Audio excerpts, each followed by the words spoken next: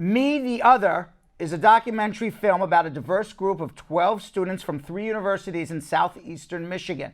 The film was originally conceived as a way to tell stories of immigrants and what it means to them to be an American. Once production began, director co-producer Shidan Majidi and executive producer Dino Tsaousis discovered a common theme of feeling like an other and searching for acceptance as part of the human condition. Whether it was an undocumented DACA recipient, a Cameroonian immigrant chasing a career in medicine, a 66-year-old trans woman, or a biracial couple from opposite ends of the world, it became apparent that there was something relatable about feeling out of place in each of these stories. Shidan and Dino join us today to discuss their documentary, Me, the Other. Welcome, guys. How are you? And thanks for coming on. Thank you. Hi, Brad. Thank you for having us. So we're going to watch a little trailer about the film, and then if you can tell us a little bit about what we watched. How do you explain to someone that someone else matters? It's hard. He was like younger than me, and like I was a cashier and he was a bagger, so it was just kind of like, I mean, he was really friendly and stuff like that, but I never thought twice. He told me almost immediately. He wanted to make sure that it was very clear that I knew his situation. Before you even said one word, you fit the stereotypic mold, right? You're bound to feel like the other where everyone else seems to be equal. And that is not fair. Who doesn't? Sorry. Someone who doesn't have a place anywhere. Right away, I was just in a totally different world. People looked at me as if I were different. And my entire life changed. People intend to make me uncomfortable, to intimidate me. I had a sense of, well, God loves everybody but me. And you start questioning all your beliefs. So it's kind of in that moment, I was just like, if I can't even handle like salad dressing, how am I going to handle all the other stuff that's going to come up in life? I'm not a very angry person, but sometimes I do ask God, like, why do all of these things happen at once? Kind of hard for me because I've never spoken to anyone about this.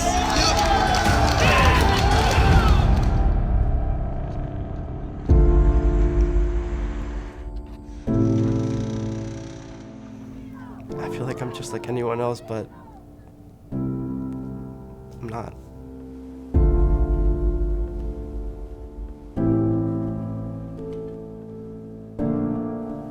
Why do we have to argue that we matter? We should all just believe we matter.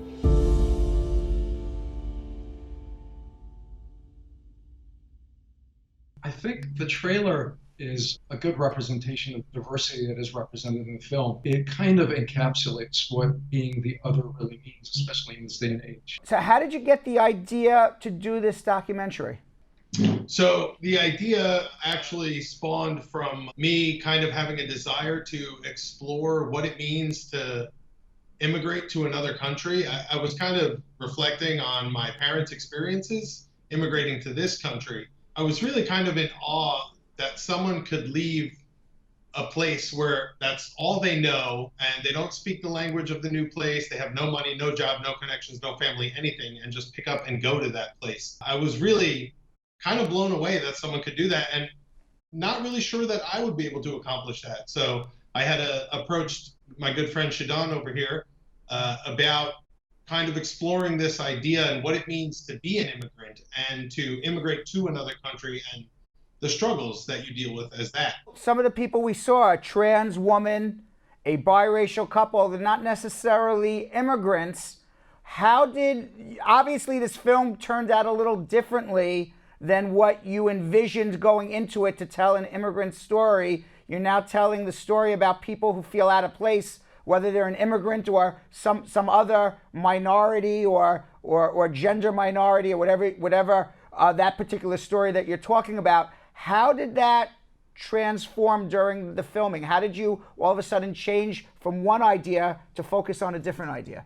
I think the best way to answer that question is when Dino approached me about this idea, and we were just post latest election, and we noticed in our neighborhood, which is a very diverse neighborhood here in Queens and New York, that there was just a lot of outspoken hatred and prejudice that we could feel in our neighborhood, which we had never before.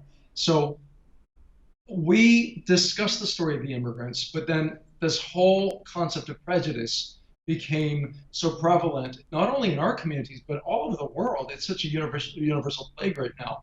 And then I got a call from a friend of mine in Michigan who's a professor at the University of Michigan, and they wanted to celebrate diversity on their campuses. And we held auditions, and these stories came to us, and we thought, let's tell the stories of other people. And what does it mean to be an other in this day and age? You went to Michigan because it was just the stories were there from your professor. You live in a county that's as diverse and culturally unique as any county, Queens, New York, as any county in America. I mean, did you ever think about just, why don't we just stay in Queens and do it? Or you really found the stories relatable all the way out of Michigan? To be honest with you, because the idea came from Michigan and the funding was available there, I thought to take these 3 different campuses in Michigan would be a good platform, a good sort of backdrop to tell the stories of students from these campuses. You know, funding is everything, as you know. So it was a quick way for Dino and me to tell stories that we wanted to tell about prejudice. So you picked, I understand, 12 stories that are in this film. Is that correct? Out of how many stories did you have to, shuffle through to figure out these are the best 12? Out of 42 stories. Well, out of 42 stories, you picked 12. You found 42 really unique stories at this Michigan campus. By the way, that's where I went to school, University of Michigan. And out of those 42 stories, you found 12 that were the most compelling. Of the 12, does one story stand out as really impacted you guys the most? I mean, for me, it's Javier. His story, his family story, his parents' story, his brother's stories, it's unbelievable. And to me, it's the perfect embodiment of what immigrants and undocumented immigrants are going through right now. So we have a trailer for Javier. Who is Kiko to Javier? Keiko and Javier are both students at University of Michigan, and they actually both interned at an immigration law firm in Ann Arbor. But Keiko's now graduated and works for a law firm in Chicago. Okay, so let's watch Javier and Keiko. Education, not deportation! Education, not deportation! It's terrifying, honestly. I just thought about everything going down the drain. I don't know, it's got me really down. And that's why I decided to come out here. So my parents brought us to the United States just for the possibility that their children could have a better future. And I can't imagine a bigger sacrifice than that. I hope that they can present a clean bill that doesn't break families apart, that ultimately gives us a pathway to citizenship. I'm tired of being in the middle. I'm tired of not knowing what's going to happen next.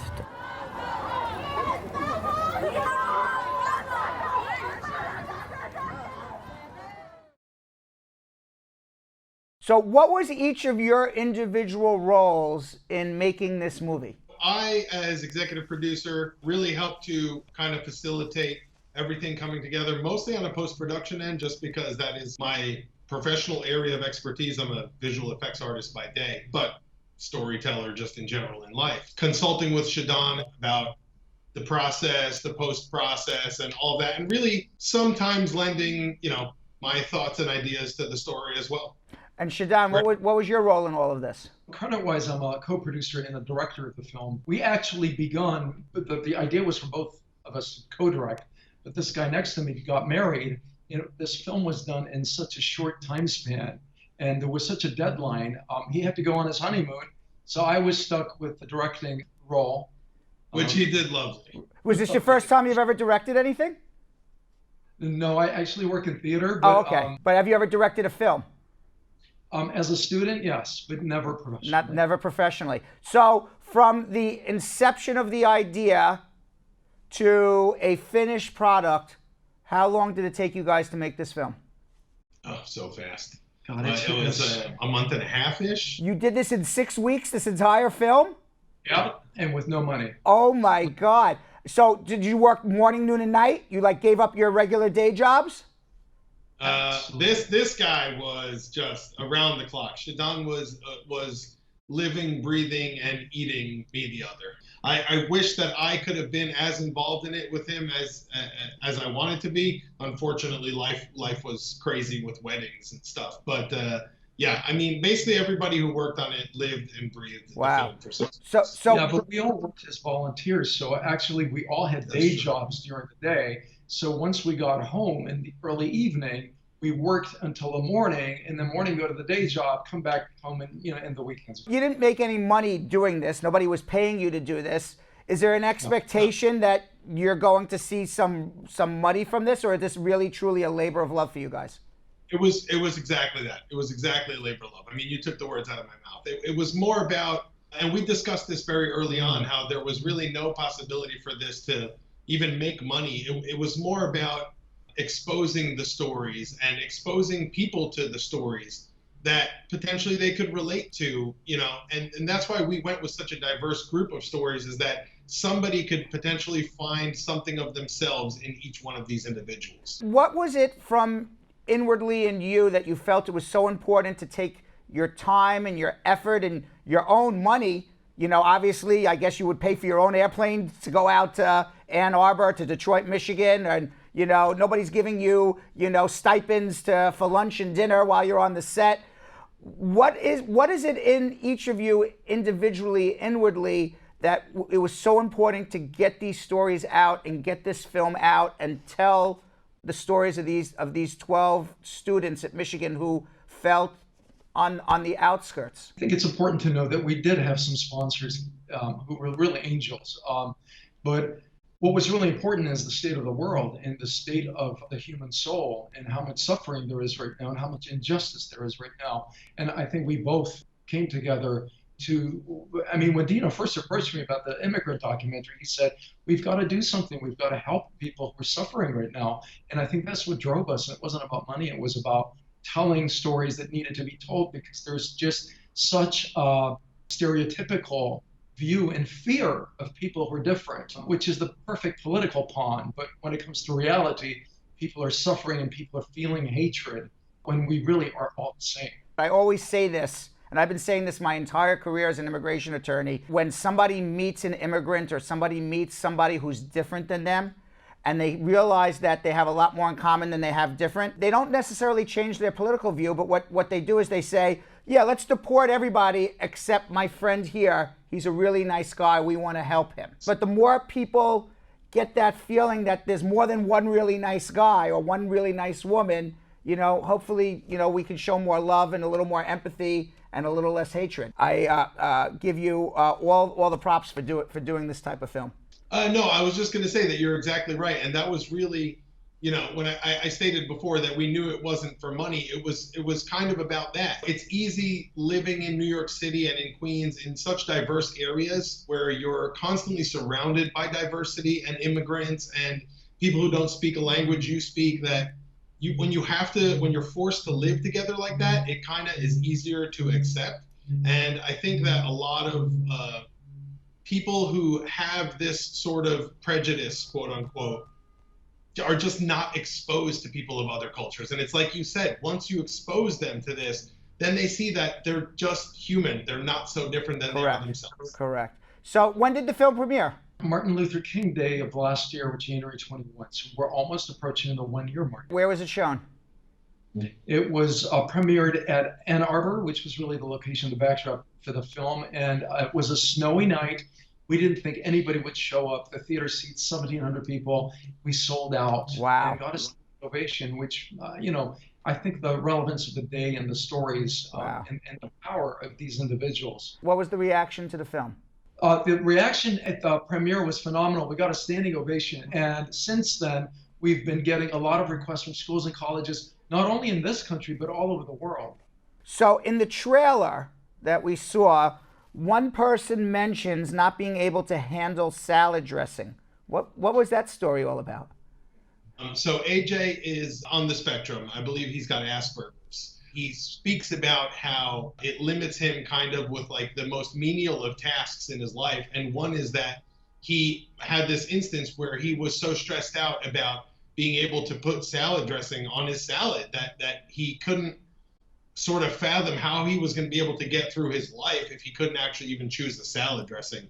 And I think for me, that one's kind of, the story is, not to demean it or anything, but it's actually a very cool aspect of our film in that it's not solely race or gender. You know, it's even somebody who struggles with something like Asperger's and how they feel different and how they're treated differently, you know? Did you get any pushback from conservative groups or anti-immigration groups about this film? No, you know what? We were concerned about that, but we didn't, and we haven't so far. No, is the answer to your question. Do you have an immigration story yourself? Both of my parents are immigrants from Greece. They fled Greece during the military junta, as it was called, in the 60s. Basically, the military was overthrowing the monarchy at the time, and they were taking control, and it just wasn't a good situation. So my parents fled Greece. They actually met here, got married, had a couple of kids. So I'm a first generation born American. And I actually speak Greek, which is kind of shocking to people sometimes. And Shidan? That's great. I'm Persian by background from Iran. I was born in Iran. We are Baha'i by spiritual beliefs. Just before the Islamic Revolution, we felt the revolution coming. My parents took the family out, and since Baha'is have been persecuted and executed to this day in Iran, so we were amongst the You got lucky to get out. This was pre-79. Correct. What has come of this film since it's premiered, and are there any expectations for the future? Has this film been shown other places? We have had requests from, as I said, schools and colleges, and also some companies. It's still very young, and we are all, working full time with our day jobs. We had entered the film in several festivals. A festival in India picked it up, and we won the Best Documentary Award, which was fantastic, unexpected. We plan to show it in schools and colleges across the nation and the world soon, hopefully. Is there anywhere online that we can either for free or pay to watch this? Is it on Netflix? Is it on Apple for $4.99 to rent for a day? We're hoping early in 2019. Okay. Yes. Is there a website for this film? It's metheotherfilm.com. We're also on Facebook under the same title, metheotherfilm.com. Do you feel you're living your American dream? Do you still feel there's something to accomplish? Tell me about your American dreams and tell me about whether you feel you've accomplished them. My answer is going to be based on what I said earlier about my religious upbringing. I really believe that we are headed towards a globalist kind of a community, and I believe that the world is my country. So my dream is for the world to see itself as one country. I sincerely believe that we will get there, and the process has begun. So that's my dream. I hope within our generation or our children's generation, but we'll keep our fingers crossed on that. But yes, it's a good dream to have. For me, am I living the American dream? My dream? I guess so. I mean, I'm happy. I have food. I have clothes on my back and a roof over my head. Unfortunately, that's not a reality for everybody in this country. So I think that to say I'm living the American dream would be sort of selfish. I'm living a dream and somebody else is not, you know what I mean? So I think the important thing is that we continue to kind of strive to help people who not can't help themselves, but need help, or need to be brought up basically to the American dream or whatever that is for them. I'm working towards it, I guess, is my answer. Shidan, Dino, thank you very much for coming on. Your film documentary called Me the Other. It looks fabulous. Great, thank you, Brad. Thank you very much.